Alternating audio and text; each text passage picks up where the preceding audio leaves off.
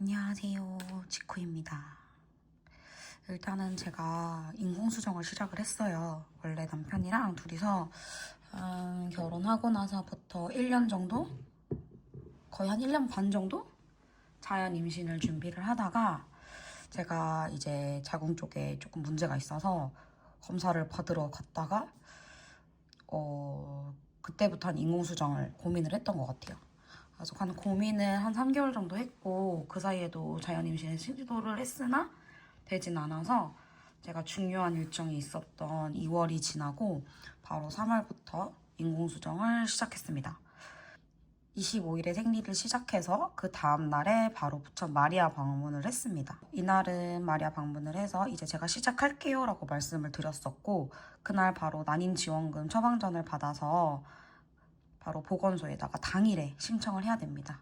이게 중요해요. 당일에 신청을 해야 돼요. 그래서 이날 신청을 하고 그 다음에 이날은 제가 주사를 받아왔어요. 주사도 받아오고 그 다음에 약도 같이 받았습니다. 먹는 약도.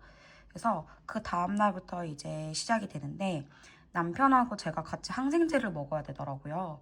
이게 뭐 소독의 개념으로 이제 항생제를 먹어야 돼서 남편이랑 저랑 같이 3일 정도 항생제를 아침 저녁으로 먹었고요. 제가 먹는 약은 이제 레나라라는 약이었고 같은 시간대에 맞는 게 중요하다고 하셔서 같은 시간대에 2알씩 먹었습니다.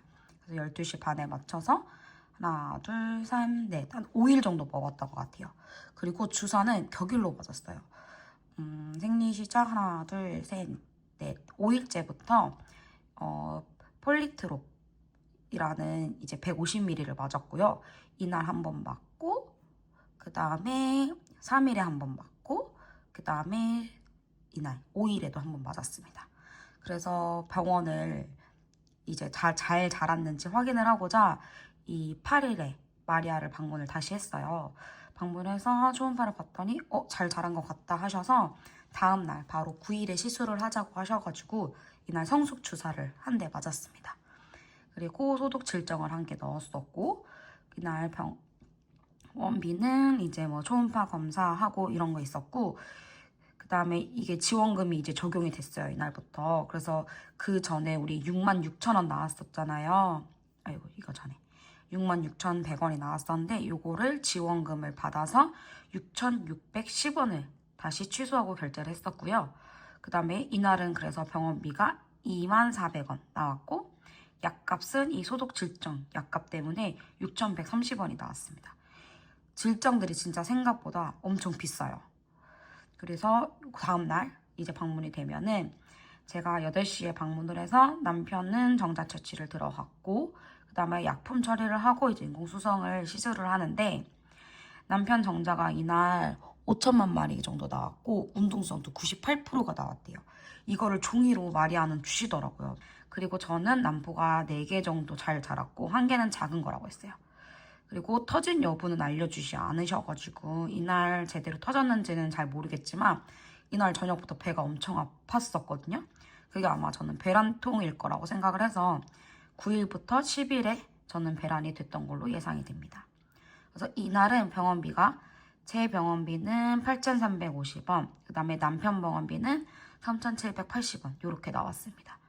그리고 약값이 이게 질자제인데 얘가 엄청 비쌌어요. 그래서 57,600원.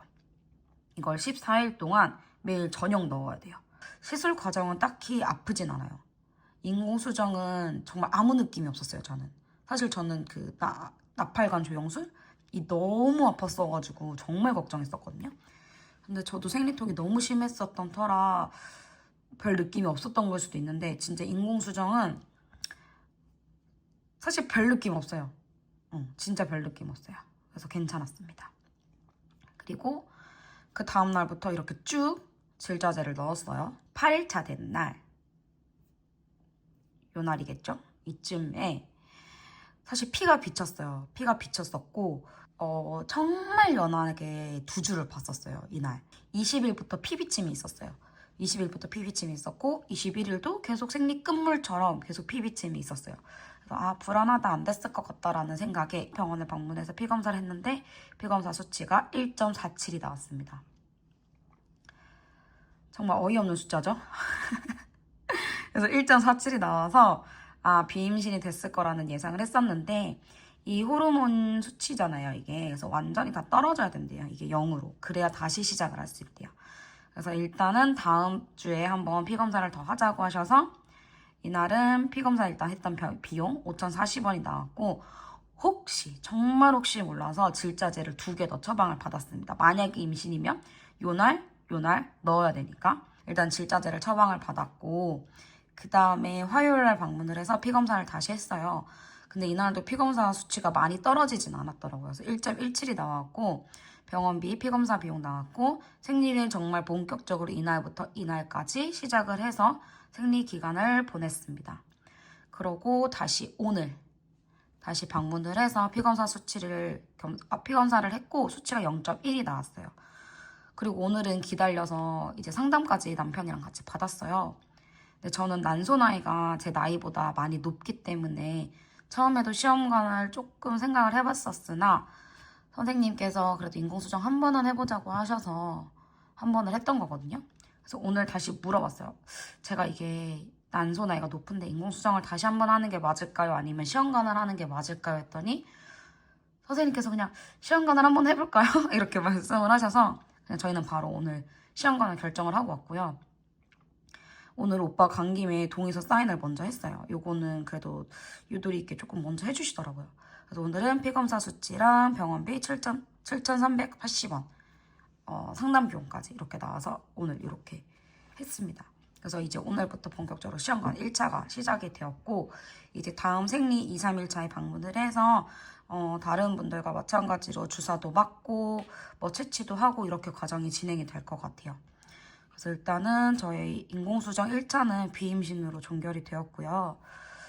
사실 그렇게 슬프진 않아요. 어차피 1차는 로또라고도 하기도 했고 피검사 수치가 1.47이 나온 이유는 정확하게 착상을 못하고 떨어진 화학적 유선이어가지고 그래도 조금 희망이 조금 보인다 싶어서 그렇게 슬프진 않아요. 전혀 슬프지 않아요.